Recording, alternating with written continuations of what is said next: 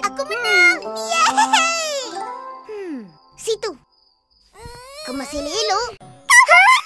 Aku menang. Situ. Kemas elok-elok. Kenapa tu? Entah. Susahnya nak masuk. Kau buat apa tu? Kenapa tu? Entah. Susahnya nak masuk. Kau buat apa tu? Biasalah, hari ni berniaga untung. Jadi, aku nak dermalah sikit. Oh, biasalah. Hari ni berniaga untung. Jadi, aku nak dermalah sikit. Oh. Dekilnya duit ni. Hai, baru boleh masuk. Dekilnya duit ni. Hai, baru boleh masuk. Patutlah ayam kau laku je. Kau rajin derma. Betul-betul. Patutlah ayam kau laku je. Kau rajin derma. Betul-betul. Kan, Atuk? Iya, betul tu. Kan, Atuk? Iya, betul tu. Jadi, siapa yang banyak duit tu, eloklah menderma. Jangan nak simpan untuk diri sendiri je. Jadi, siapa yang banyak duit tu, eloklah menderma. Jangan nak simpan untuk diri sendiri je. Berbuat baiklah untuk diri sendiri dan masyarakat.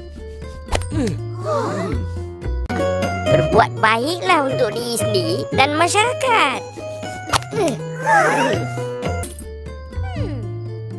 Bosit je. Iklan. Bosit je. Iklan. Dah siap.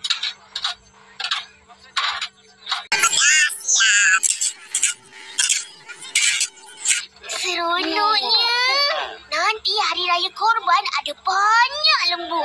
Pandailah tu ajak diorang datang kampung kita. Pandailah tu ajak diorang datang kampung kita. Mestilah. Tengoklah siapa. Isnin bin Khamis. Penghulu kampung durian itu. Isnin bin Khamis. Penghulu kampung durian itu. Betul-betul. Allahu Akbar, Allahu Akbar, Allahu